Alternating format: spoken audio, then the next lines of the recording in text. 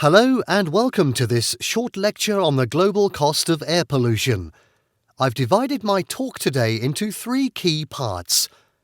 I'll begin with a short definition of air pollution, then I'll discuss the economic cost of air pollution, including the health effects.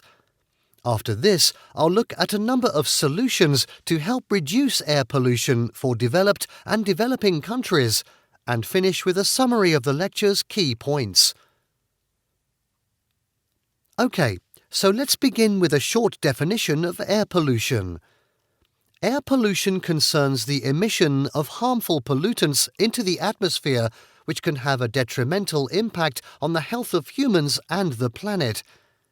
These pollutants include particulate matter, PM, ozone, carbon monoxide, CO, and nitrogen oxides, NOx, which stem from factories, motor vehicles, forest fires, and fossil fuels, to name a few.